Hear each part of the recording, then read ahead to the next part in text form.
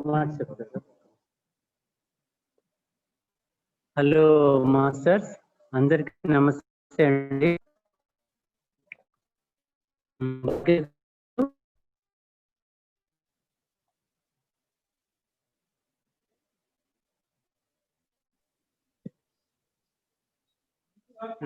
ఇదా.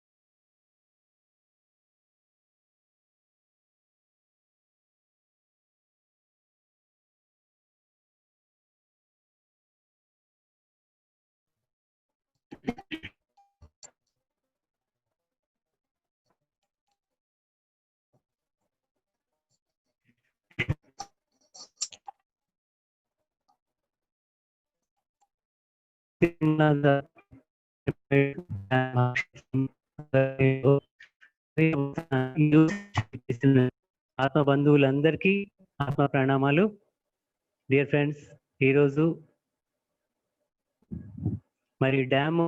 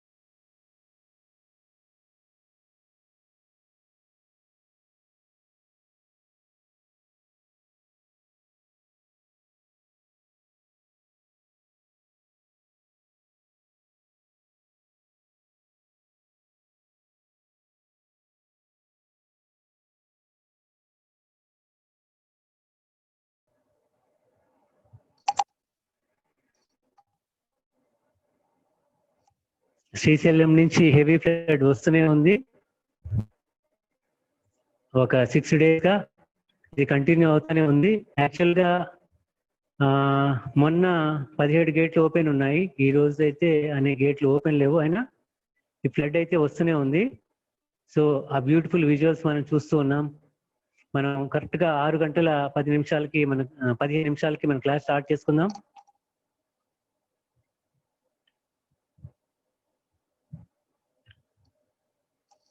ఈరోజు జ్ఞానదాత శ్రీ కొండూరు వెంకటేశ్వర గారు, ఆంజనేయులు గారు, retired MRO, senior pyramid master from Nalgonda. So వారి టాపిక్ శాకాహార విశిష్టత, శాకాహారం అమృతాహారం అనే టాపిక్ తీసుకొని వచ్చారు వారు. ఈరోజు మనం ఒక 10 minutes లో మరి వారి మెసేజ్ అందుకుందాము. ఈ లోపుగా ఈ డ్యామ్ విజువల్స్ మనం చూద్దాం. మాస్టర్ గారు నమస్తే అండి.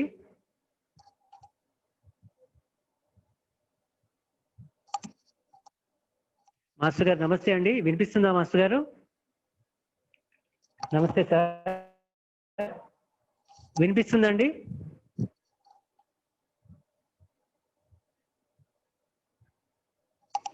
సార్ మీ వాయిస్ వినిపించట్లేదు సార్. సార్ అన్మిట్లో ఉన్నారు అనుకుంటా. ఆంజనేయులు గారు, ఓకే రైట్ సార్, ఒక్క నిమిషం.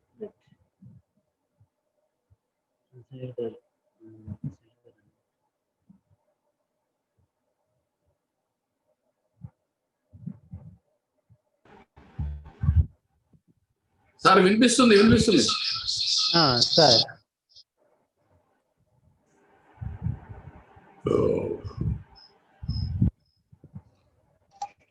సార్ మీ రూమ్ లో ఇంకో ఫోన్ కూడా ఉందా? 2 ఫోన్లు ఉన్నాయా మీ రూమ్ లో? ఉంది సార్.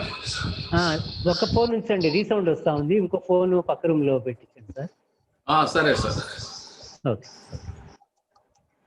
మాస్టర్ గారు, 5 minutes లో మనం స్టార్ట్ చేసుకుందాం. ఒక 5 minutes లో మనం స్టార్ట్ చేసుకుందాం. Okay right. 7కి మన లక్ష్మీ మేడం గారు కూడా ఈ పిరమిడ్ మెడిటేషన్ ఛానల్ కి సంబంధించిన షేర్స్ గురించి అప్పుడు ఎక్స్ప్లెయిన్ చేస్తామన్నారు. మన అందరికీ తెలుసు పిరమిడ్ మెడిటేషన్ ఛానల్ మరి సబ్స్క్రిప్షన్కి వచ్చింది. పిఎంసి ఒక శాటిలైట్ ఛానల్, అందరి అదృష్టం.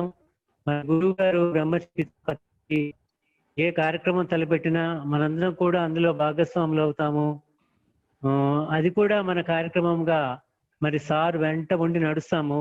మరి శాటిలైట్ ఛానల్ అవుతుంది పిఎంసి ఛానల్. ప్రపంచవ్యాప్తంగా మన ధ్యాన కార్యక్రమాలు, ధ్యాన ప్రచార విశేషాలు ప్రచారం కాబోతూ ఉన్నాయి. కాబట్టి మనందరం కూడా ఈ పిఎంసితో అనుసంధానం అవుదాం. మరి పిఎంసి అభివృద్ధిలో మనందరం కూడా భాగస్వాములు అవుదాం. వాటి వివరాలు లక్ష్మీ మేడం మనకు అందజేస్తారు ఈ క్లాస్ అయ్యాక. మరి మనందరం కూడా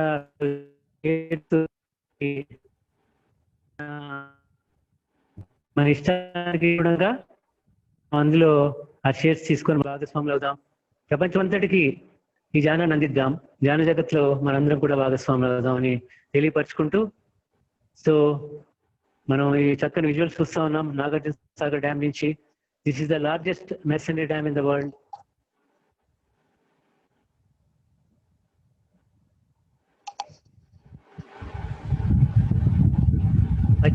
పద్దెనిమిది లక్షల ఎకరాలు మరి ఆంధ్ర స్టేట్ కింద ఇరిగేట్ అవుతా ఉంది. అట్లాగే 6 lakh acres మరి తెలంగాణ స్టేట్ కింద ఇరిగేట్ అవుతా ఉంది. మరి హైదరాబాద్ కూడా తాగునీరు డ్రింకింగ్ వాటర్ సప్లై కూడా జరుగుతూ ఉంది. ఈ డ్యామ్ కన్స్ట్రక్షన్ స్టార్ట్ చేసింది 65 సంవత్సరాల కిందట. మరి వాటర్ రిలీజ్ చేస్తూ ఉంది 55 years నుంచి. మరి గత 3-4 years గా రెగ్యులర్ గా డ్యామ్ గేట్లు ఓపెన్ అవుతూ ఉన్నాయి. చక్కగా వాటర్ అన్ని డ్యాములు కూడా ఫుల్ గా నిండుతున్నాయి.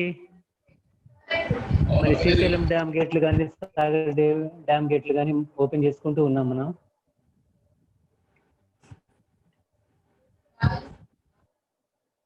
ఇది ఎంతో సంతోషించాల్సిన విషయం.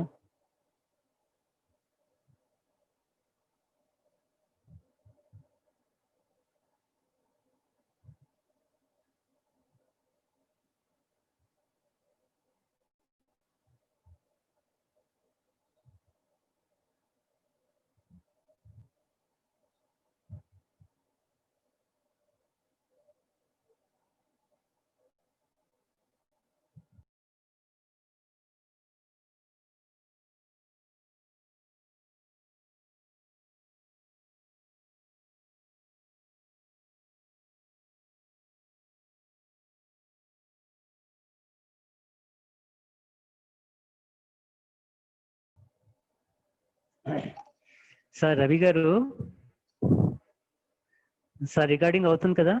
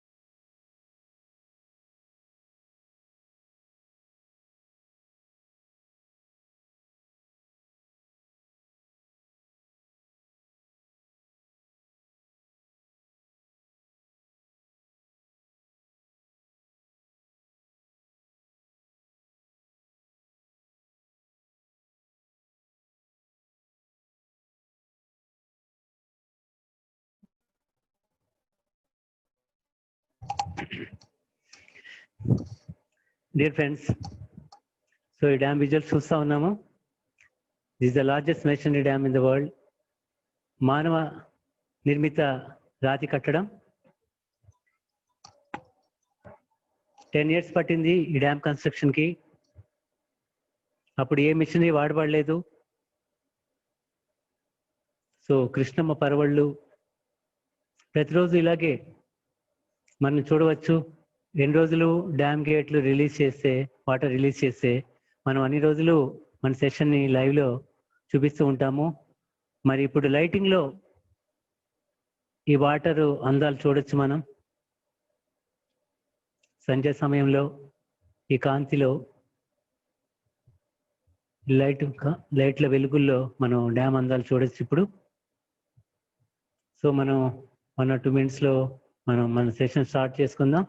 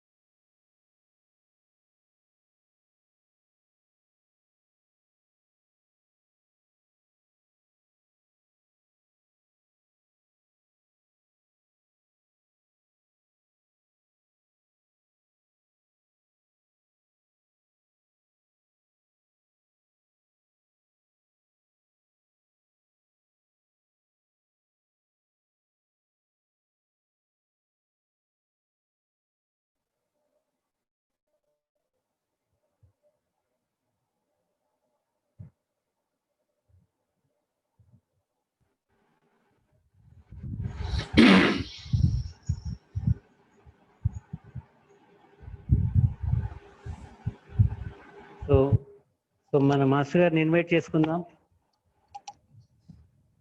ఆంజనేయులు మాస్టర్ గారిని ఇన్వైట్ చేసుకుందాం క్లాస్కి. Sir, welcome to the session sir. Thank you very much for coming to the session. ఈరోజు శాకాహారం విశిష్టత అనే టాపిక్ మనం తీసుకుందాము. ఈ జూమ్ సభ్యులందరి తరఫున తిరుమల పిరమిడ్ జ్ఞాన మహాక్షేత్రం తరఫున మీకు కృతజ్ఞతలు తెలియపరుచుకుంటున్నాము. సో మీరు మీ సెషన్ స్టార్ట్ చేయండి మాస్టర్ గారు. థ్యాంక్ యూ సతీష్ గారు. సార్ వినిపిస్తుందండి? Thank you sir. Okay okay, thank you అండి. వినిపిస్తుంది సార్, వినిపిస్తుంది. అందరికీ నమస్కారం. నా పేరు ఆంజనేయులు, కొండూరు. నేను నల్గొండలో ఉంటానండి. నేను రిటైర్డ్ తహసీల్దారు.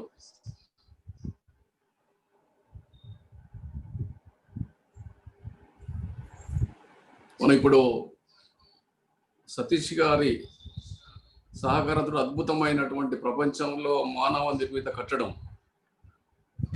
లైట్ల వెలుగులో నాగార్జున సాగర్ డ్యామ్ చూస్తున్నాం. లైట్ల వెలుగులో ఎంతో అద్భుతంగా ఉంది. మనకి ఇది అందిస్తున్నటువంటి సతీష్ గారికి ముందుగా ధన్యవాదాలు.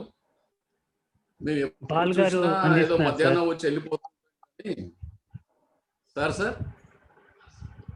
అక్కడ పాల్గారని కళ్యాణ్ అని ఇద్దరు మాస్టర్స్ అండి. ఓకే ఓకే, మేము ఎప్పుడు చూసినా మధ్యాహ్నం ఎప్పుడో చూసిపోతాం సార్. లైట్ల వెలుగులు చూడడం అనేది చాలా అద్భుతం. ఈ డ్యాము శంకుస్థాపన రోజు మన భారత మొదటి ప్రధాని జవహర్లాల్ నెహ్రూ గారు ఇది ఆధునిక దేవాలయం అని చెప్పారు. నిజంగా ఈరోజు మనం డ్రింకింగ్ వాటర్ కానీ, కరెంట్ కానీ, వ్యవసాయం కానీ, ఈ 3 రకాలు మనిషికి కావాల్సినవి అందిస్తున్నటువంటి ఆధునిక దేవాలయమే నిజంగా. అందులో మనం ఈరోజు జూమ్ సెషన్లో మాట్లాడుకుంటేందుకు కూడా ఆ ప్రాజెక్ట్ ఒక కారణం. అక్కడ పవర్ ఉత్పత్తి అయితేనే మనం జూమ్ సెషన్లో మాట్లాడుకోగలుగుతున్నాం. నిజంగా దాని కొరకు శ్రమించినటువంటి ఇంజనీర్లకి మిగతా సిబ్బంది అందరికి కూడా మనం ఒకసారి ధన్యవాదాలు తెలుపుకోవాలి. ఆ సందర్భంగా చాలా మంది చనిపోయారు, వారికి కూడా మనం ఒకసారి జోహార్లు తెలుపుకోవాలి. ఎందుకంటే ఇంత మంచి కట్టడాన్ని అందించి ఈరోజు ఇంతమందికి ఆహారాన్ని అందిస్తున్నటువంటి ప్రాజెక్టు, విద్యుత్తును అందించిన ప్రాజెక్టు, అదేవిధంగా మంచినీరు. ఈరోజు నల్గొండ జిల్లాలో ఫ్లోరైడ్ పోయింది అంటే డ్యూ టు నాగార్జున సాగరే. దానికి ఒకసారి ధన్యవాదాలు తెలుపుకుందాం. ఈ విజువల్ అందిస్తున్నటువంటి పాల్ గారికి, వారికి అందరికి కూడా ధన్యవాదాలు. తర్వాత మనం సబ్జెక్ట్కి వద్దాం సార్. నేను ముందుగా మనం సెషన్ స్టార్ట్ చేసుకునే ముందు మనకి ఇంత మంచి ధ్యానంలో ఉపయోగాలు, ధ్యానం గురించి మనకు తెలియజేసినటువంటి బ్రహ్మర్షి పితామహ పత్రిజీ గారికి ఒకసారి ప్రణామాలు తెలియజేసుకుందాం. అదేవిధంగా ఈ జూమ్ సెషన్ నిర్వహిస్తున్న వాళ్ళందరికీ కూడా ఒకసారి ధన్యవాదాలు. ఈ సెషన్కు అటెండ్ అయ్యి మీరు నాకు అవకాశం ఇచ్చిన మీ అందరికి కూడా ఒకసారి నమస్కారాలు తెలియజేసుకుంటున్నాను. నేను నా గురించి ఒక 2 నిమిషాలు చెప్పిన తర్వాత క్లాస్కి వెళ్దాం సార్, ఓకేనా?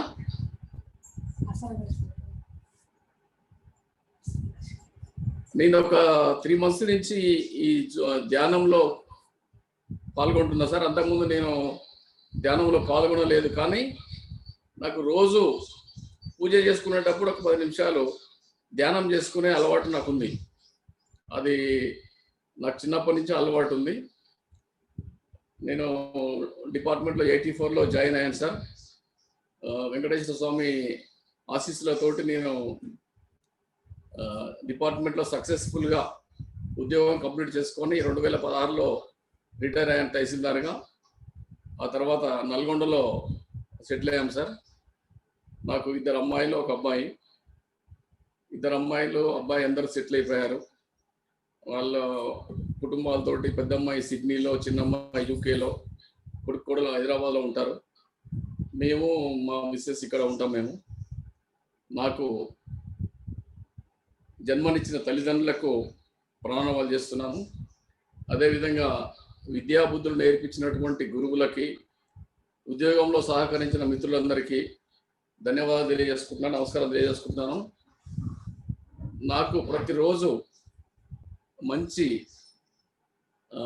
ఆహారాన్ని అందించి సేవలు చేస్తున్న మా శ్రీమతి విజయలక్ష్మి కూడా ఒకసారి కృతజ్ఞతలు తెలియజేసుకుంటున్నాను.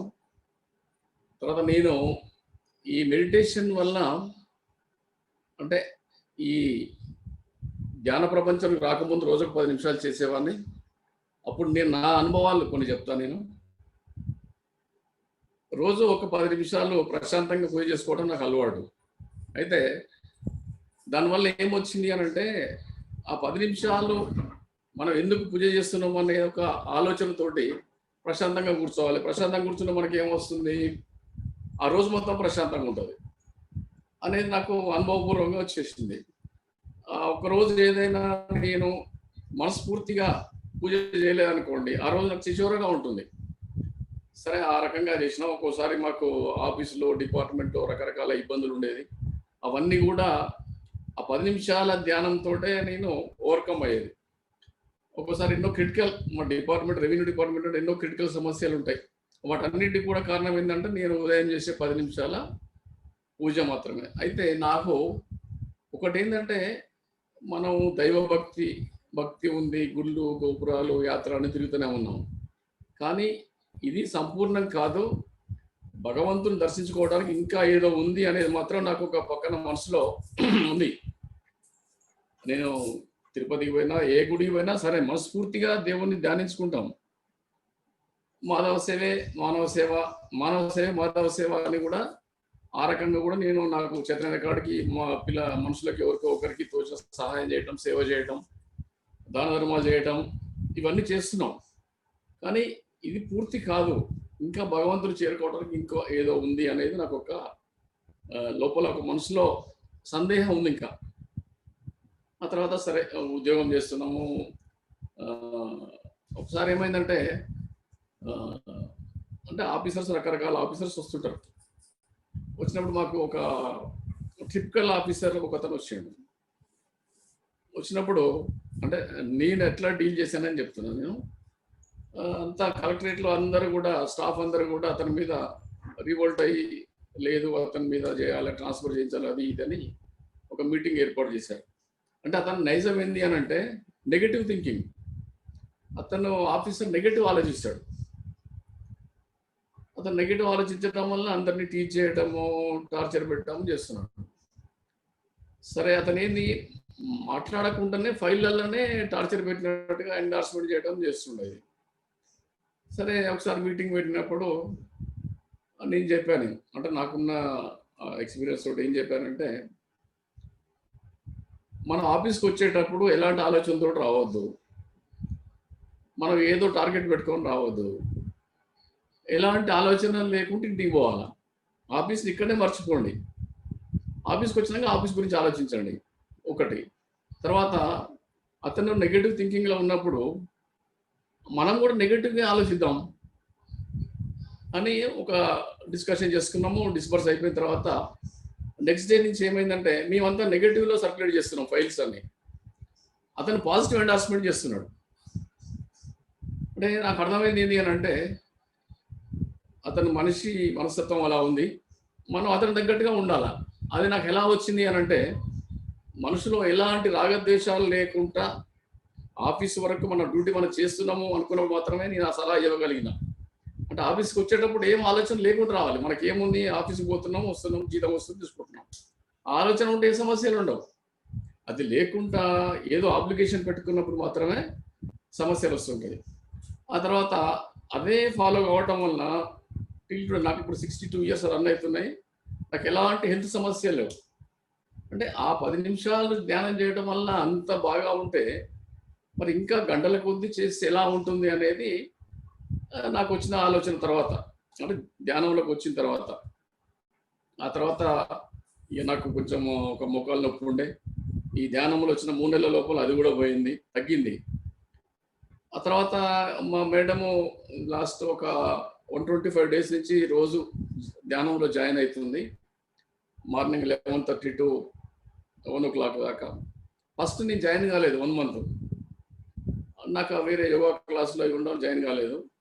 ఆ తర్వాత మా పిల్లలు, మా ఇద్దరు కూతుర్లు, మా కొడుకు, వీళ్ళందరూ కూడా నువ్వు కూడా జాయిన్ గా నాన్న, ఖాళీగా ఉన్నావు కదా జాయిన్ గా. కరోనా కాబట్టి ఖాళీగా ఉన్నా, బయటకు వెళ్ళట్లేదు. అంటే సరే ఒక 90 days ఇప్పటికి నేను జాయిన్ అయ్యి, జాయిన్ అయిన తర్వాత నాకు మోకాళ్ళ నొప్పి తగ్గిపోయింది. ఇప్పుడంతా హెల్త్ ఏ ప్రాబ్లం అయితే బాగుంది. అయితే ఈ మోకాళ్ళ నొప్పి ఎలా తగ్గింది అనేది ఒకసారి నేను రీసెర్చ్ చేశాను.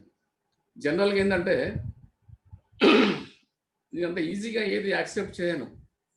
ఎందుకు తగ్గింది, ధ్యానం చేస్తే ఎలా తగ్గుద్ది, తగ్గకూడదు కదా అని ఒక ఆలోచనకు వచ్చిన తర్వాత నాకు అనిపించింది ఏంటి అంటే, ఈ ధ్యానంలో మనం ఆలోచన రహిత స్థితికి వచ్చినప్పుడు మనకి మనస్సుకు అందనటువంటి సంతోషం కలుగుద్ది, ఆనందం కలుగుతుంది. ఆలోచన రహితంగా ఉన్నప్పుడు ఆ స్థితిలో నేను ఒక అరగంట చేస్తే ఒక 5-10 నిమిషాలు ఉండగలుగుతున్నాను. అరగంట సేపు ఉండలేకపోతున్నాను నేను. ఆలోచనలు వస్తూనే ఉన్నాయి. ఆ 5-10 నిమిషాలు ఉంటేనే ఎంతో బాగుంటుంది. మరి ఇంకా ఎక్కువ టైము ఆలోచన లేకుండా ఉంటే ఇంకా బాగుంటుంది కదా అనే ఆలోచనతోటి స్టార్ట్ చేసి ఇంకా చేస్తున్న రోజు బాగా. అయితే నాకు అర్థమైంది ఏంటి అని అంటే, మనం ఆలోచన లేకుండా ఉన్నప్పుడు మన మెదడుకు ప్రాణశక్తి విషయం నుంచి బాగా సరఫరా అవుతుంది. ఆ ప్రాణశక్తి కావటంలో మెదడు బాగా పనిచేస్తుంది. ఆ బ్రెయిన్ బాగా పనిచేయడం వల్ల మన గ్లాండ్స్కి సరైన సిగ్నల్స్ పోతాయి. పోయినప్పుడు అన్నీ కూడా బాగా పనిచేస్తాయి. మీరు చూడండి, ఏదైనా ఇండస్ట్రీ కానీ, ఏదైనా వ్యవస్థ కానీ, ఎవరి పనులు వాళ్ళు చేసుకుంటే ఏ సమస్యలు ఉండవు, బాగా గ్రోత్లో ఉంటుంది. ఇండస్ట్రీ కానివ్వండి, వ్యవస్థ కానివ్వండి, ఫ్యాక్టరీ కానివ్వండి, ఒక ఆఫీస్ కానివ్వండి. కొంతమంది సరిగా పని చేయకపోతే ఏమవుతుంది అంటే, అది సరిగా పనిచేయదు, గ్రోత్ ఉండదు, డెవలప్మెంట్ ఉండదు. ఏదో ఉన్నదా అంటే ఉంటుంది. మనకు కూడా ఏంటి అని అంటే అన్ని గ్లాండ్స్ బాగా పనిచేసినప్పుడు అనారోగ్య సమస్యలు ఉండవు. ఒక నిమిషం. అంటే నాకు అర్థమైన విషయం ఏంటి అని అంటే నా మొక్కలకు ఎదగడానికి విశ్వం నుండి ప్రాణమయ శక్తి మంచిగా సరఫరా అయ్యి మన బ్రెయిన్ నుంచి అన్ని పార్ట్స్కి అన్ని గ్లాండ్స్కి సిగ్నల్స్ సరిగ్గా పోయినప్పుడు మనకు అనారోగ్య సమస్యలు ఉండవు అనేది నా అర్థం. దాంతో నాకు మొక్కలకు తగ్గింది నాకు అర్థమైపోయింది. ఇది దేనికి అంటే నేను ఫస్ట్ నుంచి కూడా 10 నిమిషాలు పూజ చేయడం వల్ల ఆ రోజు మొత్తం ప్రశాంతంగా ఉండటం ఇవన్నీ నాకు ఆల్రెడీ అనుభవపూర్వకంగా ఉన్నాయి. ఇది ఒకటి అయిపోయింది. ఆఫీస్లో కూడా నేను అలానే డీల్ చేసేవాడిని. నా డ్యూటీ ఏంది, నా పాత్ర ఏంది, అంతవరకే నా ప్రమేయం ఉంటుంది. నేను ఎక్కువ ఇన్వాల్వ్ కాను, తక్కువ ఇన్వాల్వ్ కాను. నేను ఉద్యోగం చేస్తున్నందుకు నా డ్యూటీ ఏందో అంతవరకే. దానివల్ల ఏంటి అంటే మా డిపార్ట్మెంట్లో జనరల్గా ఎవరికి షుగరు బీపీ లేకుండా ఉండరు. రెవెన్యూ డిపార్ట్మెంట్ అంటే అందరికి తెలుసు దాదాపుగా. కానీ నాకు ఎలాంటి బీపీలు షుగర్లు ఏం లేవు. ఎందుకు అని అంటే నేను ఎక్కడక్కడే వదిలిపెట్టేస్తాను. నేను ఆఫీసే, ఇల్లు ఇల్లే, అక్కడే అక్కడిది ఇక్కడ క్యారీ చేయటం, ఇక్కడిదక్కడ క్యారీ చేయటము, అది మనసులో పెట్టుకుని ఆలోచన అనేది నాకు చిన్నప్పటి నుంచి లేదు, అసలు అలవాటు లేదు. దానివల్ల ఏంటంటే నేను ఎక్కడ వదిలిపెట్టేస్తాను. నేను వదిలిపెట్టినప్పుడు మన బ్రెయిన్ బాగా పనిచేసినప్పుడు హెల్త్ బాగుంటుంది. దానివల్ల ఆరోగ్యంగా ఉండగలుగుతాం. అది జనరల్గా నాకున్నటువంటి నా పరిచయం సార్. అది తర్వాత ఈరోజు టాపిక్ శాకాహారము, అమృతాహారము. దాని మీద ముందుగా మనం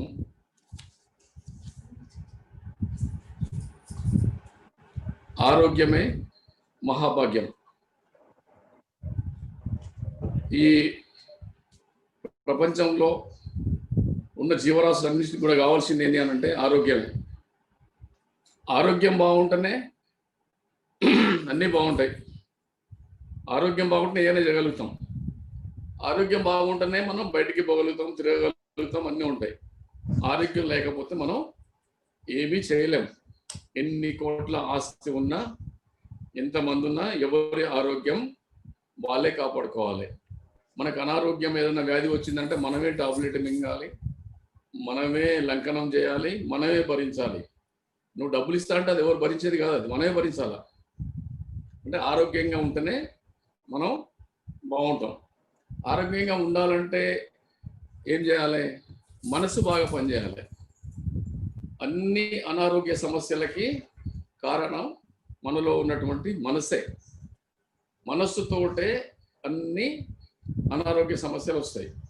మీకు ఇంతకుముందు చెప్పాను, బ్రెయిన్ నుంచి అన్ని గ్లాండ్స్కి సరైన సిగ్నల్స్ పోతే అన్ని బాగా పనిచేస్తాయి. అంటే బ్రెయిన్ బాగుండాలంటే ధ్యానం చేయాలి. బ్రెయిన్ మంచిగా ఆరోగ్యంగా ఉండాలంటే మనం ఏం చేయాలి? ఆరోగ్యంగా ఉండాలంటే ధ్యానం చేయాలి. ధ్యానంలో మామూలుగా ఏదో అరగంట కూర్చొని, పావు గంట కూర్చొని, 2 గంటలు కూర్చోవడం వల్ల ఉపయోగం ఉండదు. క్వాలిటేటివ్ ధ్యానం అవసరం, క్వాంటిటీ ఆఫ్ ధ్యానం కాదు, క్వాలిటేటివ్. మనం చేసే ధ్యానం క్వాలిటీ అంటే, క్వాలిటేటివ్ అంటే అదేదో అది కాదండి, గోడ్రేజ్ కంపెనీ అట్లా కాదు, అది మనమే. క్వాలిటేటివ్ అంటే ఆలోచన లేనటువంటి స్థితిలో మనం కూర్చోగలిగిందే క్వాలిటేటివ్ ధ్యానం. ఆలోచన రహితంగా ఉండాలి అంటే మనం దాని మీద పట్టు సాధించాలి. పట్టు సాధించాలి అంటే ఒకటే సాధనే మార్గం, వేరే మార్గం లేదు. ఆ సాధన కావాల్సింది ఏమిటి అంటే మనం ఒక 3 పాటించాలి. 3 ఏమిటి అంటే, 1 శరీర శుద్ధి, 2 వాక్ శుద్ధి, 3 మానసిక శుద్ధి. ఈ 3 పాటిస్తే మనం ధ్యానం మీద ఆలోచన లేకుండా కూర్చోగలుగుతాం. ఇంకా దానికి వేరే వేరే ఉంటాయి. ఈ 3 పాటించాలి అంటే శరీర శుద్ధి, తర్వాత మాట శుద్ధి, తర్వాత మనసు శుద్ధి. ఈ 3 ఉండాలి. ఈ 3 ఉండాలంటే శరీర శుద్ధి అంటే మనకి ఫస్ట్ మనం మన శరీరం గురించి తెలుసుకోవాలి. మన శరీరము పంచభూతాలమయం, అందరికీ తెలిసిన విషయమే. ఈ పంచభూతాలమయం ఉన్న శరీరంకి నడిపించేది మనస్సు. పంచభూతాలకు ఉన్నటువంటి గుణాలన్నీ కూడా మన శరీరానికి ఉండాలి. మరి పంచభూతాలమయం కాబట్టి. కానీ మనకి ఆ గుణాలు ఉన్నాయా? ఉన్నాయి. కానీ అవి డైవర్ట్ అవుతాయి. ఎందుకు డైవర్ట్ అవుతాయి? మన మనస్సు వలన డైవర్ట్ అవుతుంటాయి. దాన్ని మరి మనం డైవర్ట్ కాకుండా చూసుకోవాలి. ఇక్కడ మీరు ఒకటి గమనించాలి, ఏంటి అంటే ఆరోగ్యంగా ఉండాలి అని అంటే మనస్సు కారణం.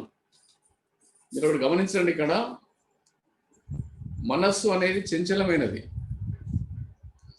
చంచలమైన మనస్సుకు ఆరోగ్యానికి లింక్ పెట్టాడు భగవంతుడు. మీరు గమనించండి, చంచలమైన మనస్సుకు ఆరోగ్యానికి లింక్ పెట్టాడు భగవంతుడు. మనస్సు నిశ్చలంగా ఉంటే ఆరోగ్యం బాగుంటుంది. కానీ మనస్సు చంచలమైనది. ఈ సెకండ్లో ఇక్కడ ఉంటుంది, ఇంకో సెకండ్లో అమెరికాలో ఉంటుంది, ఇంకో సెకండ్లో ఇంకో దగ్గర ఉంటుంది, ఇంకో దగ్గర ఉంటుంది, ఇంకో దగ్గర మంచి వంట పదార్థం తింటుందో అడిగిపోతుంటుంది. మనస్సు ఇలా చంచలం అవుతుంటుంది. దాన్ని ఆపగలగాలి మనం. మనస్సును ఆపగలగాలి అని అంటే మనం ఈ 3 సూత్రాలు పాటించాలి. 3 సూత్రాలు పాటించాలి అంటే ఫస్ట్ శరీర శుద్ధి ఉండాలి. శరీర శుద్ధి ఉండాలి అంటే మనం దాని మీద జాగ్రత్తలు తీసుకోవాలి. తీసుకోవడానికి ముందు మీకు ఒక ఎగ్జాంపుల్ చెప్తాను నేను. మన శరీరము ఎంతో విలువైన శరీరం.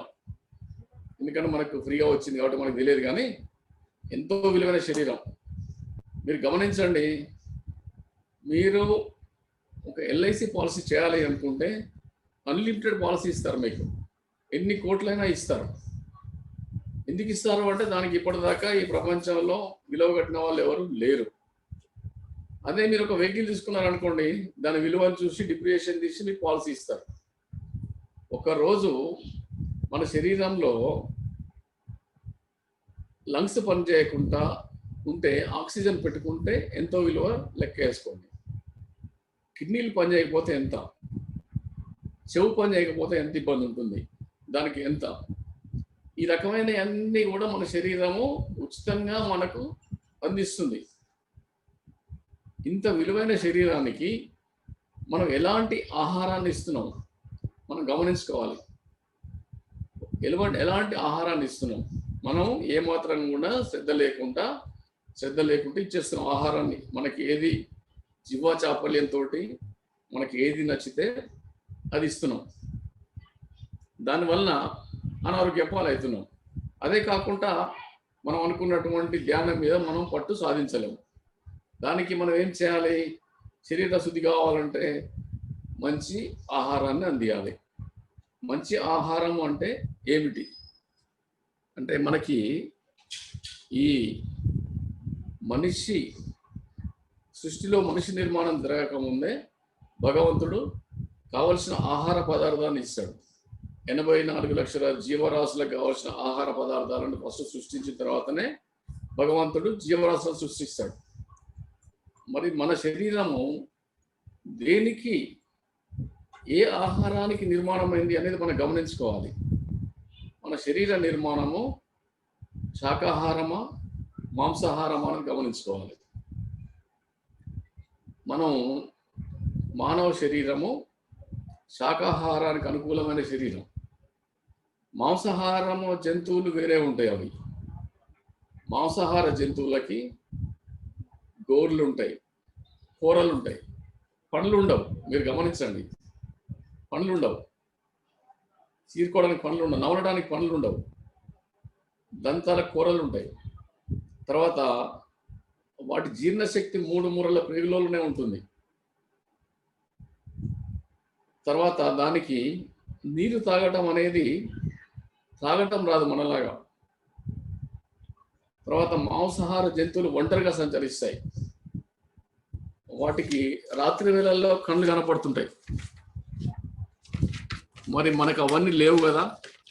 అవన్నీ లేనప్పుడు మనం మన నిర్మాణానికి శాకాహారమే అనుకూలమైనది, శాకాహారమే మనకు సృష్టించిన భగవంతుడు. మరి మనం ఏం చేస్తున్నాము? మాంసాహారం తింటున్నారు. మీరు ఒకసారి గమనించండి, ఈ సృష్టిలో మాంసాహార జంతువు ఏది కూడా శాకాహారం తినదు. ఏది కూడా తినదు, శాకాహారం తినదు. పులి చూసుకోండి, సింహం చూసుకోండి, అది మాంసం మాత్రమే తింటుంది, పోయి గుహలో పండుకుంటుంది. మరి మనిషి మాత్రము మాంసాహారం తీసుకుంటాడు, శాకాహారం తీసుకుంటాడు. మరి మాంసాహార జంతువు మాంసం తిని ఎన్ని రోజులైనా బతకగలుగుతుంది శాకాహారం లేకుండా. మనిషి రోజు మాంసాహారం తిని బతకగలడా? బతకలేడు. మరి మనం శాకాహారం వదిలిపెట్టేసి మాంసాహారం రోజు తినమా? తినలేం. మరి అంటే మనం దీన్ని బట్టి కూడా మన శరీర నిర్మాణం శాకాహారం అనేది మనకు అర్థమైపోతుంది. తర్వాత మనము కర్మఫలం చూసుకుంటే కూడా మనము జీవహింస చేస్తున్నాం. మాంసాహారం చేయాలంటే జీవహింస చేయాలి. అంటే ఈ సృష్టిలో భగవద్గీత ప్రకారంగా భగవంతుడు సృష్టిలో ఉన్న అన్ని జీవరాశులలో నేను ఉన్నానని చెప్పాడు. గీతలో కృష్ణ పరమాత్మ చెప్తాడు, సృష్టిలో అన్ని జీవరాశులలో నేను ఉన్నానని చెప్తాడు. అన్ని జీవరాశులలో నన్ను చూడగలిగిన వాడే నాకు ఇష్టమైన భక్తుడు అని చెప్తాడు. ఒక శ్లోకం చెప్తాను దీంట్లో మీకు.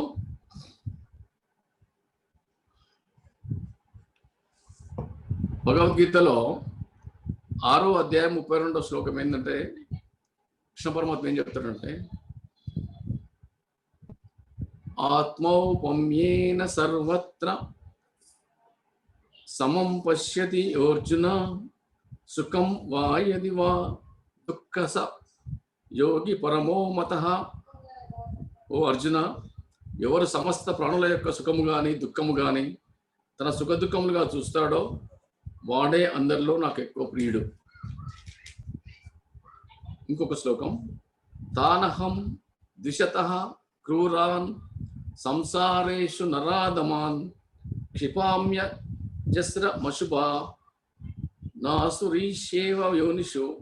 ఆ ప్రకారం సమస్త ప్రాణులలో ఆత్మస్వరూపుడి అయిన నన్ను హింసించు క్రూరులైన, ఆ ప్రకారము సమస్త ప్రాణులలో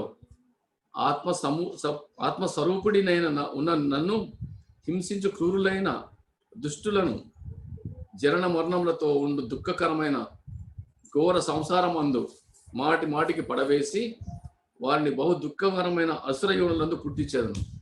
అంటే దీన్ని బట్టి మనకి ఏమర్థమవుతుంది? ఈ భగవంతుడు సృష్టిలో అన్ని జీవరాశులలో ఉన్నాడు. మరి మనం ఒక జీవిని హింసిస్తున్నాము అంటే భగవంతుని హింసించినట్టే అనేది మర్చిపోతున్నామా? అన్ని జీవరాశులలో ఉన్నప్పుడు మనం ఒక మేకను గొర్రెను కోసినప్పుడు మనకు భగవంతుని హింసించినట్టే కదా. అది మర్చిపోయి మనం ఏం చేస్తున్నాము? నోటి రుచి కోసం మాంసాహారం చేస్తున్నాం. ఇది సరైనది కాదు. రెండవ విషయం ఒకటి ఏంది? మన శరీర నిర్మాణ ప్రకారంగా మనం మాంసాహారం చేయకూడదు. రెండవది ఏంది? కర్మఫలం పెంచుకోకుండా తప్పుడు కర్మ చేయకుండా ఉండడానికి మాంసాహారం చేయకూడదు. మూడవ విషయానికి వస్తే, మనం మాంసాహారం చేస్తే మనకు డైజెషన్ కావడానికి 24 అవర్స్ పడుతుంది. ఆ 24 అవర్స్ మన శరీరంలో ఉన్న గ్లాండ్స్ అన్నీ కూడా ఆ మాంసాహారాన్ని డైజెస్ట్ చేయడానికి పనిచేయాల్సి వస్తుంది. పనిచేసినప్పుడు మన మెదడుకు కావాల్సిన ప్రాణశక్తి సరిగా అందదు. అప్పుడు ఏమవుతుంది? మెదడు నుంచి పోవాల్సిన సిగ్నల్స్ సరిగ్గా పోకపోవడం వల్ల ఏమవుతుంది? మనకి అన్ని పార్ట్స్ సరిగ్గా పనిచేయదు. గ్లాండ్స్ పనిచేయనప్పుడు ఏమవుతుంది? అనారోగ్యం వచ్చేస్తుంది. మాంసాహారం వల్ల అనారోగ్యం కూడా వచ్చేస్తుంది మనకి. ఒకటి, మన శరీర నిర్మాణం వ్యతిరేకంగా పోతున్నాం మనం. భగవంతుడికి ఇష్టం ఉండదు. అన్ని జీవరాశులలో భగవంతుడు ఉన్నాడు. మనం ఏం చేస్తున్నాము? నోరు లేని జంతువులను హింసించి ఆ కర్మఫలాన్ని పాపాన్ని పెంచుకుంటున్నాం. మూడవది అనారోగ్యాన్ని చేస్తున్నాం. నాలుగవది వచ్చేసి ధ్యానము. మీరు గమనించండి, నాన్ వెజిటేరియన్ తిన్న తర్వాత ఎవరైనా ధ్యానం చేయగలరా? చేయలేరు. ధ్యానం చేయకుండా భగవంతుని పోయి ప్రయాణం ఎలా చేస్తాం మనం? చేయలేము. అంటే ధ్యానానికి కూడా పట్టు సాధించాలి అంటే మాంసాహారం చేయకూడదు, కేవలం శాకాహారం మాత్రమే తినాలి. పోతే ఇంకొక డౌట్ వస్తుంది మనకి ఇక్కడ, మరి అన్ని జీవరాశులలో భగవంతుడు ఉన్నప్పుడు శాకాహారంలో కూరగాయలలో కూడా భగవంతుడు ఉంటాడు కదా అనే ఒక సందేహం వస్తుంది. అది నాకు కూడా వచ్చింది, అందుకని చెప్తున్నాను నేను. అయితే సృష్టి నిర్మాణం ప్రకారంగా మన శరీరానికి ఏదైతే అవసరం ఉన్నదో, మన శరీర నిర్మాణం ఏది తినడానికైతే సృష్టించబడిందో అది తినడం వల్ల ఆ కర్మఫలం మనకు ఉండదు. ఒక పులి ఉన్నది, ఒక మేకను చంపితే, జింకను చంపితే పాపం వస్తుంది అంటే అది బతకలేదు కదా. సృష్టి నిర్మాణము వాటి కోసం తయారైంది. అది మన కొరకు సృష్టిలో కూరగాయలు ఇవన్నీ పండ్లు పొలాలన్నీ కూడా సృష్టించబడ్డాయి కాబట్టి అది కర్మఫలం కాదు. దాని ప్రకారంగా కూడా మనం ఏమిటి అంటే శాకాహారము నిర్భయంగా తినొచ్చు, దానివల్ల ఎలాంటి మనకు పాపకర్మలు అంటుకోవు. ఇది అంటే కూరగాయలలో కూడా అన్నిట్లో భగవంతుడు ఉన్నప్పుడు దాంట్లో కూడా ఉంటాడు కదా అనే దానికోసం నేను చెప్తున్నాను. మన నిర్మాణమే శాకాహారం కాబట్టి మనం తినొచ్చు. తర్వాత మనకి మీరు ఒకసారి గమనించండి, మాంసాహారం తెచ్చుకునే వాళ్ళు, వండేవాళ్ళు, తిన్నవాళ్ళు ఏ రకమైనటువంటి ఉంటుందో గమనించండి మీరు. మాంసాహారం తినడం వలన మానసిక ప్రవృత్తి కూడా మారుతుంది. ఎందుకు మారుతుంది అని అంటే అది అసుర రాక్షస ప్రవృత్తి వస్తుంది. ఆ మాంసాహారం తినడం వలన తమో గుణం వచ్చేస్తుంది. తమో గుణం వచ్చి ఆ మాట్లాడే విధానం కానీ, బాడీ లాంగ్వేజ్ కానీ, ఆ బిహేవియర్ కానీ మీరు గమనించండి. మీరు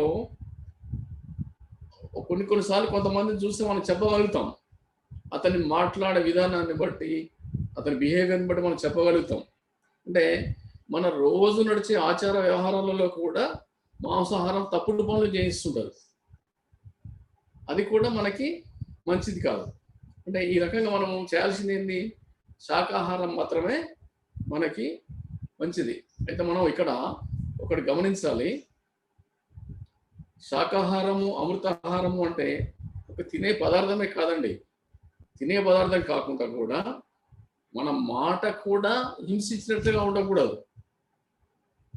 మన మాట కూడా హింసించినట్టుగా ఉండకూడదు. మన ఆలోచన కూడా హింసించినట్టుగా ఉండకూడదు. పూర్తిగా సాత్వికంగా ఉండాలి, సత్వగుణం ఉండాలి. సత్వగుణం ఉండాలి అని అంటే మనం పండ్లు పొలాలు అవి మాత్రమే తినగలగాలి. మీరు ఒకసారి గమనించండి, మన శరీరంలో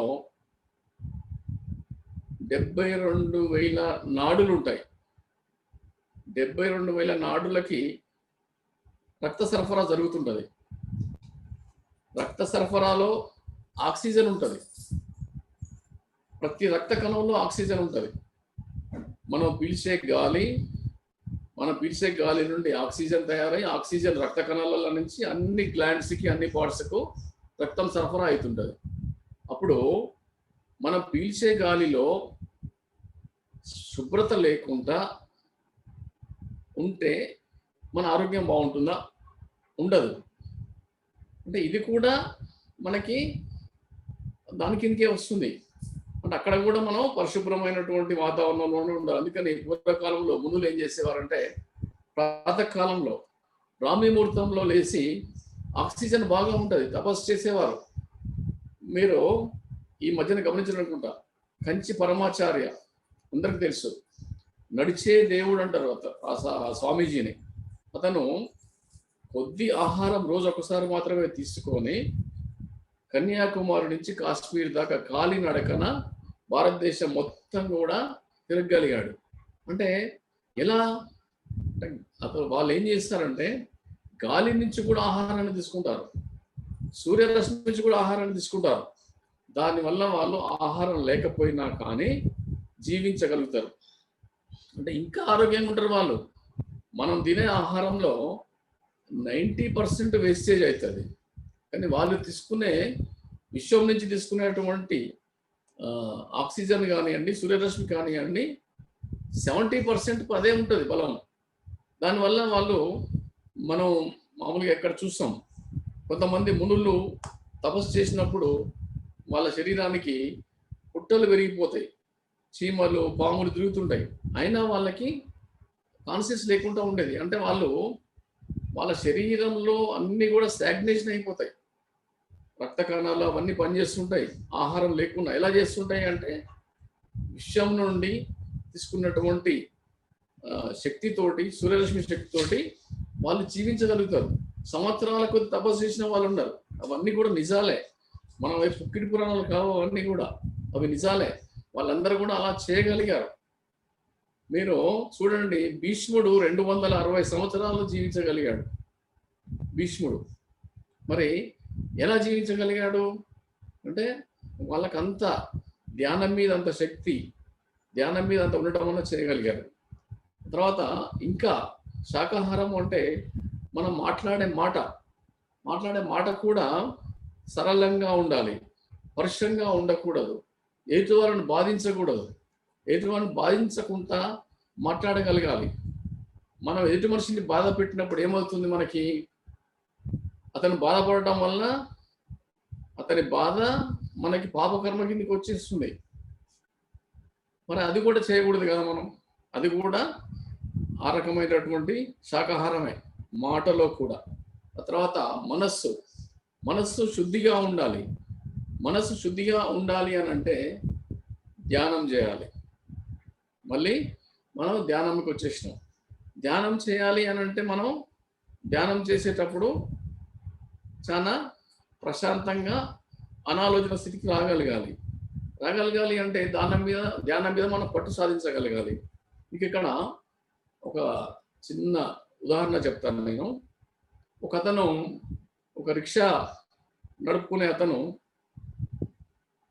మధ్యాహ్నం పూట ఆ రిక్షా అక్కడ పెట్టేసి తిని మంచిగా పండుకుంటే ఒకతను వచ్చి లేపి, మరి ఏంద్ర మధ్యాహ్నం పండుకున్నావు, ఇప్పుడు అంతా సినిమా టైము, బాగా గిరాకీ వస్తుంది, ఎందుకు పండుకున్నావు అని అడుగుతాడు. అంటే అవును, ఇప్పుడు ఏం చేయమంటావు చెప్పున్నాను అంటే, లేదు నువ్వు రిక్షా తీసుకొని బయటికి వెళ్ళు, బాగా డబ్బులు వస్తాయి అంటాడు.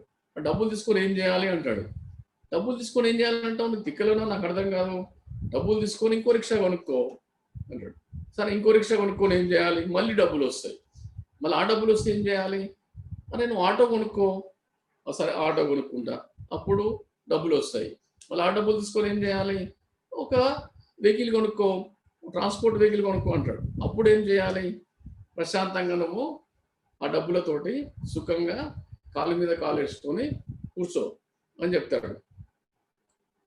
ఆ చెప్పిన అతను ఏమంటాడంటే, అతను నీకు అసలు ఏమైనా ఆలోచన ఉందా, నువ్వు ఇంకో రిక్షాను కొని, ఇంకో ఆటో కొని, ఇంకో బండి కొని నన్ను ప్రశాంతంగా కాలు మీద కాలు వేసుకోమని చెప్తున్నాను, కానీ నేను ఇప్పుడు ఏం పని చేస్తున్నా, నీ ప్రశాంతంగా ఉన్నా, నీ ప్రశాంతంగా ఉన్నామని లేపి నువ్వు ఇంకో ఆటో కొను, ఇంకో బండి కొను, ఇంకోటి కొని అని చెప్తున్నాను. ఇప్పుడు నీకు ఆలోచన కరెక్ట్ ఉందా, నాకు ఆలోచన కరెక్ట్ ఉందా చెప్పు అంటాడు అతను. అనగానే అతడు వెళ్ళిపోతాడు. అంటే ఇక్కడ మనం గమనించాల్సింది ఏంటి అని అంటే, మనం ప్రశాంతంగా ఉండటానికి ఐదానా పడి డబ్బులు సంపాదించిన అవసరం లేదండి. మన మనస్సే మనకు ప్రశాంతత. మన మనస్సును ఎంత సాటిస్ఫాక్షన్గా, తృప్తిగా ఉంచుకోగలిగితే అంత ప్రశాంతంగా ఉండగలుగుతాం మనం. అదేవిధంగా మీరు గమనించండి, ఒకసారి మహాభారతంలో ధర్మరాజు గారు వాళ్ళ తమ్ముళ్ళు ముగ్గురు కూడా మంచినీళ్ళు తేవడానికి పోయినప్పుడు అక్కడ పడిపోతారు. ధర్మరాజు గారు పోయినప్పుడు అక్కడ యక్షుడు అక్కడ నీళ్లు తీసుకొనియాడు. అతను ఏమంటాడంటే, నేను అడిగిన ప్రశ్నలకు మీరు సమాధానం చెప్తున్నా, ఇక్కడ నీళ్ళు తీసుకోవడానికి అర్హత ఉంది అని చెప్తాడు. చెప్పినప్పుడు ఏమవుతుందంటే, సరే చెప్పు, అడుగు అంటాడు ధర్మరాజు గారు. అడిగినప్పుడు ఆ యక్షుడు ఏం చెప్తాడంటే, అన్ని ప్రశ్నలు చెప్పను నేను, ఒకటే చెప్తాను నేను, మనకు సంబంధించిందే. ఈ ప్రపంచంలో అన్నిటికంటే వేగమైనది ఏమిటి అని అడుగుతాడు. అంటే ధర్మరాజు గారు ఏం చెప్తారంటే, మనస్సు అని చెప్తాడు.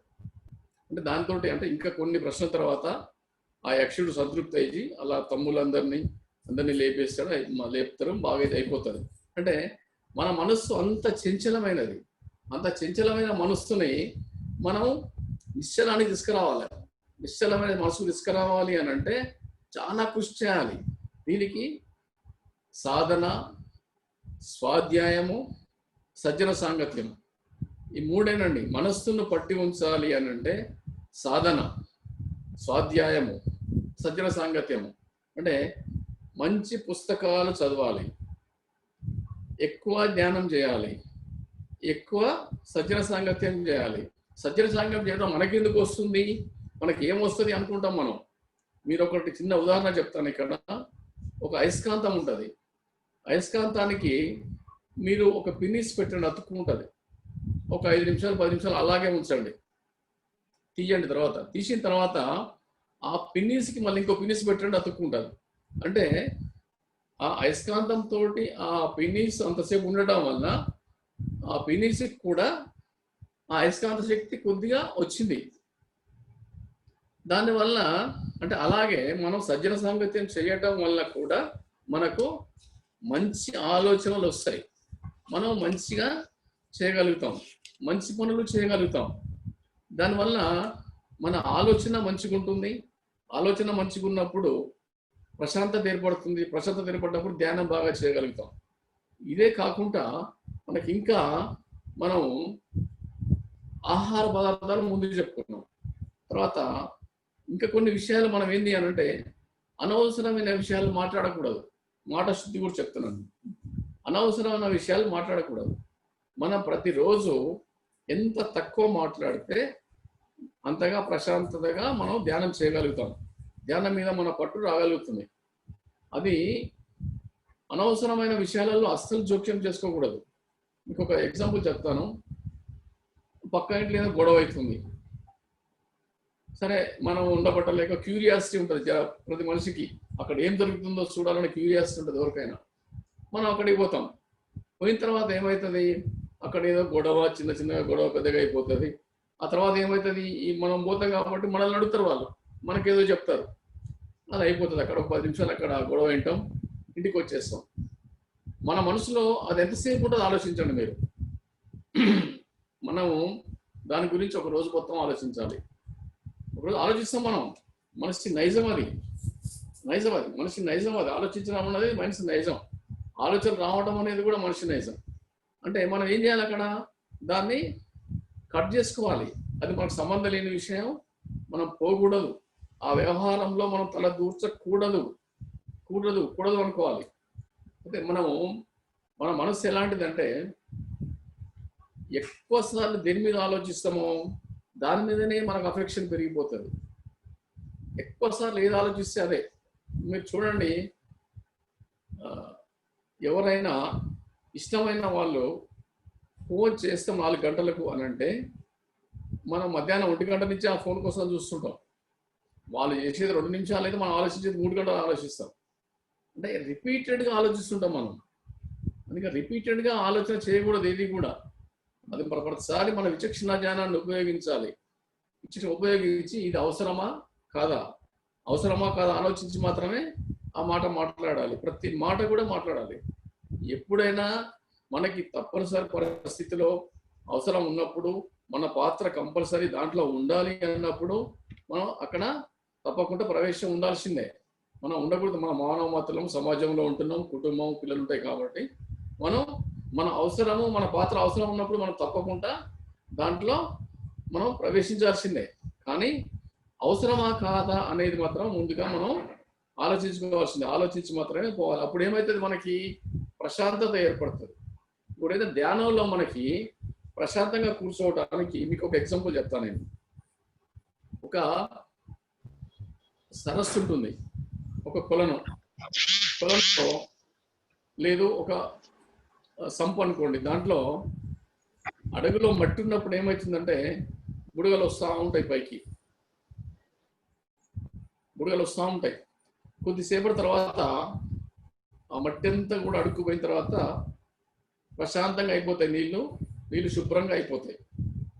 అయితే మనం ఇక్కడ ఒకటి గమనించుకోవాలి, ఏంటి అని అంటే మురికిగా ఉన్నటువంటి నీళ్ళను మనం ఇష్టపడం. అలాగే మన మనస్సు కూడా పరిశుభ్రంగా లేనప్పుడు మన లోన్ ఇష్టపడరు.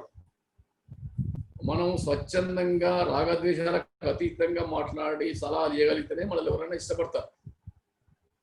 మనమే గజిబిజిగా ఉన్నప్పుడు మనల్ని ఎవరు ఇష్టపడరు. తర్వాత మనస్సు చంచలం నుంచి నిశ్చలం తీసుకురావాలి అని అంటే బాగా సాధన చేయాలి.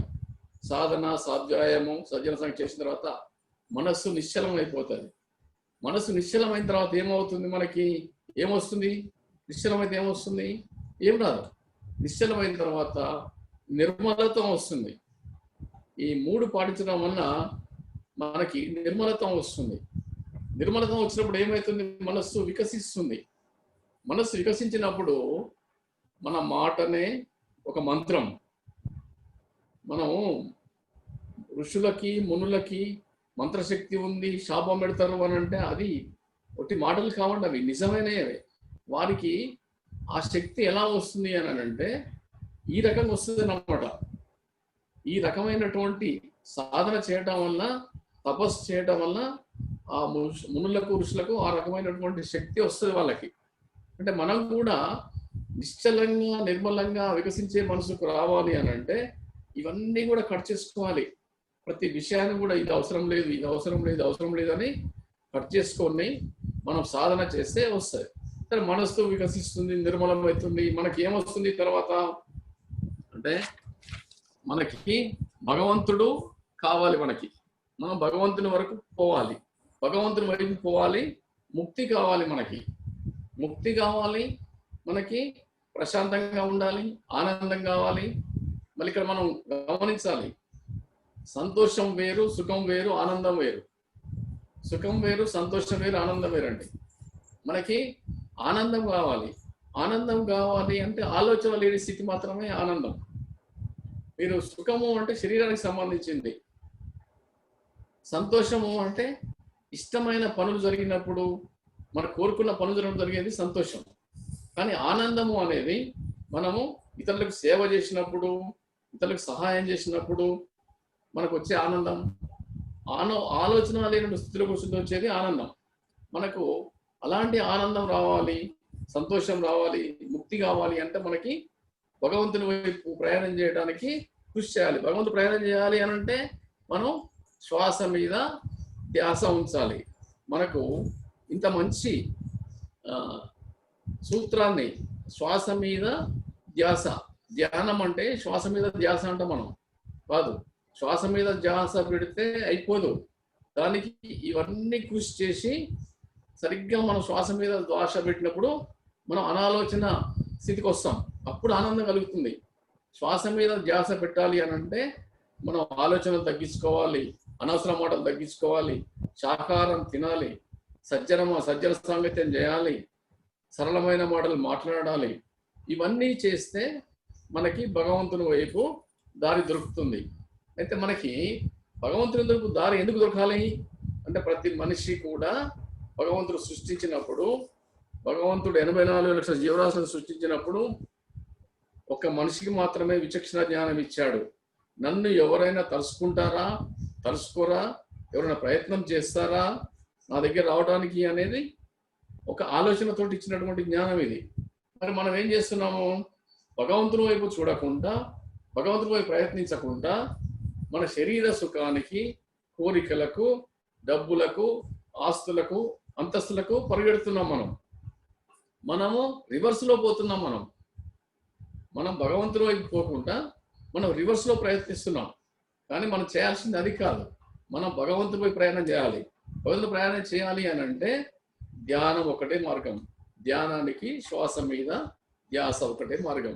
అందుకనే మనం ఎప్పుడు కూడా, నేను ముందు ధ్యానంలోకి రాకముందు అదే అనుకున్నాను. నేను ధ్యానం చేసి ఏమొస్తుంది, 10 నిమిషాలు కూర్చోవటమే కదా అనుకున్నాను నేను.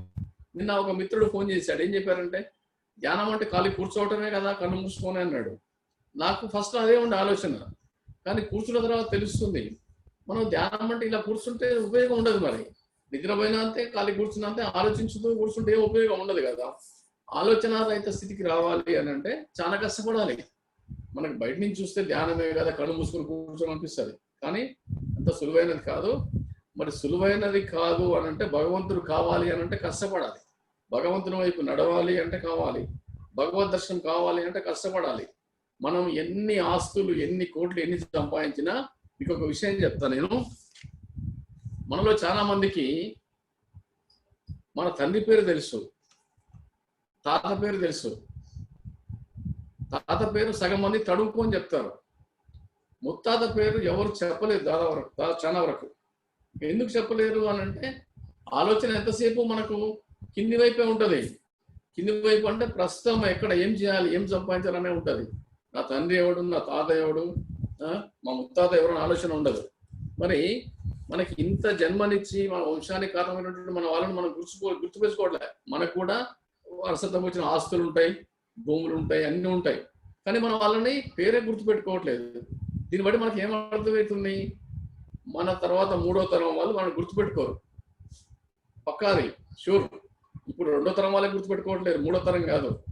2వ తరం వాళ్ళకి గుర్తుపెట్టుకోవట్లేదు, 1వ తరం వాళ్ళు చూడట్లేదు, ఓల్డేజ్ హోమ్లో వేస్తున్నారు. సరే, అది వేరే విషయం, ఆ టాపిక్ వేరనుకోండి. అంటే మనల్ని ఒక జనరేషన్ వరకు గుర్తుపెట్టుకునే వాళ్ళ కోసం భగవంతుని వదిలిపెట్టి మనం ఏం చేస్తున్నాం, వెంపర్లాడుతున్నాం. డబ్బుల కోసం అన్ని, దాని కొరకు దీని కొరకు వెంపర్లాడుతున్నాం. కానీ మనం శాశ్వతంగా చేరాల్సింది భగవంతుని దగ్గరికే. కాబట్టి మనం ఇప్పటికైనా నేను ఎందుకు దీంట్లో జాయిన్ అయ్యానంటే, నాకు దీంట్లో భగవంతుని వైపు చేరడానికి, ప్రయాణం చేయడానికి మార్గం కనపడ్డది నాకు. ఇప్పటిదాకా నేను చెప్పాను కదా, చిన్నప్పటి నుంచి కూడా నాకు భక్తి అంటే ఎక్కువ, దేవుళ్ళ తిరుగుతూనే ఉంటాను నేను. కానీ ఇది మాత్రమే సంపూర్ణం కాదు, ఇంకా ఏదో ఉంది, భగవంతుని చేరుకోవడానికి, భగవంతుని దర్శించుకోవడానికి ఏదో ఉంది అనేది నాకు ఉన్నటువంటి ఆలోచన. నా ఆలోచనకు ఈ ధ్యానము పత్రిజీ ద్వారా, నాకు ఈ ధ్యానం ద్వారా నేను భగవంతుని వైపు ప్రయాణం చేస్తానో చేయనో తెలియదు, కానీ భగవంతుని వైపు మాత్రం చూస్తాను మాత్రం నాకు అర్థమైపోయింది, భగవంతుని వైపు మారుతానని మాత్రం నాకు అర్థమైపోయింది. అందుకని నేను ఈ ధ్యానంలోనే ప్రయాణం చేద్దాం అనుకుంటున్నాను. నేను నాకు ఈ అవకాశం ఇచ్చినటువంటి మీ అందరికీ కూడా చాలా ధన్యవాదాలు చెప్తున్నాను. Thank you.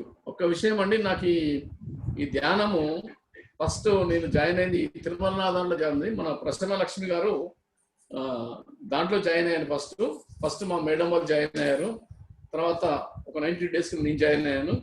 ఆ తర్వాత చెప్పండి, మీరు కూడా చెప్పాలి అని అనడం వల్ల, సరే నేను ఎందుకు ప్రయత్నం చేయకూడదు, మన పుస్తకాలు చదవగలుగుతాం, మాట్లాడగలుగుతాం, ఇంత మనకి బుద్ధి జ్ఞానం ఉంది, మరి మనకు తోచింది ఏదో మనం చెప్పగలుగుతాం కదా, చెప్పొచ్చు కదా అనే ఆలోచనతోటి నేను సాధన చేసి, స్వాధ్యాయం చేసి, పుస్తకాలు చదివి, చెప్పిన మాటలు విని, అవన్నీ మంచి మాటలు విని నేను ఈరోజు క్లాస్ తీసుకోవడానికి సిద్ధమైపోయాను. నేను నాకు మా గురువు గారు ఒకసారి ఏం చెప్పారంటే, మీరు ప్రతి విషయంలో కూడా మంచిని తీసుకోండి, ప్రతి సందర్భంలో కూడా మంచిని మాత్రమే స్వీకరించండి, చెడును వదిలిపెట్టేసి, చెడుని ఎప్పుడు కూడా మనసుకు తీసుకోబాకండి, ప్రతి సందర్భంలో కూడా మీకు మంచి కనపడుతుంది, మంచిని మాత్రమే తీసుకోండి అని చెప్పాడు మా గురువు గారు. తర్వాత ఇంకో విషయం ఏం చెప్పాడంటే, మీరు ఎప్పుడు డబ్బులకు వెంపర్లాడకండి, డబ్బుల వెంబడి తిరగకండి, డబ్బులు కావాలని కూడా మీరు ఆపేక్ష పడకండి. మీకు మీ కర్మఫలం ప్రకారంగా మీకు రావాల్సిన డబ్బులు మీరు ఇంట్లో కూర్చున్నా మీకు వస్తాయి. అవి మీకు వచ్చాయితే మీకు ఆగవు. మీకు రాని డబ్బులు అయితే మీరు ఎన్ని చేసినా మీకు రావు. ఈ 2 సూత్రాలు మా గురువు గారు చెప్పారు ఉద్యోగాల కొత్తలో. ఆ 2 సూత్రాలు ఇప్పటిదాకా నేను ఫాలో అవుతున్నా. నేను ఏంటి అంటే, దేని గురించి వెంపర్లాడేది లేదు. మనకు కర్మఫలం ప్రకారంగా ఏది వస్తే అది స్వీకరించడమే. రాలేదు అది మనకు లేదు, అది మనకు రాదు, రావాల్సింది కాదు, మన కర్మఫలంగా అనే దాంతో ఉండేది. తర్వాత ప్రతి విషయంలో కూడా మంచిని స్వీకరించడం అలవాటు చేసుకున్నాను నేను. దానివల్ల ఈ 90 days ధ్యానంలో కూర్చోవడం వలన ఇందులో ఉన్న మంచిని మొత్తం కూడా గ్రహించడానికి ప్రయత్నం చేసి, నీకు కొంత మంచిని గ్రహించినని అనుకుంటున్నాను నేను. దయచేసి ఇందులో ఏమైనా కొన్ని నేను ఎక్కువ చెప్పినా, తప్పు చెప్పినా సరే, దీన్ని పెద్ద మనసుతోటి క్షమించి, ఏమైనా ఉంటే సలహాలు, నాకు ఇంకా బాగా చెప్పడానికి సలహాలు ఉంటే ఇవ్వండి, మీకు సందేహాలు ఉంటే కూడా అడగవచ్చు. Thank you.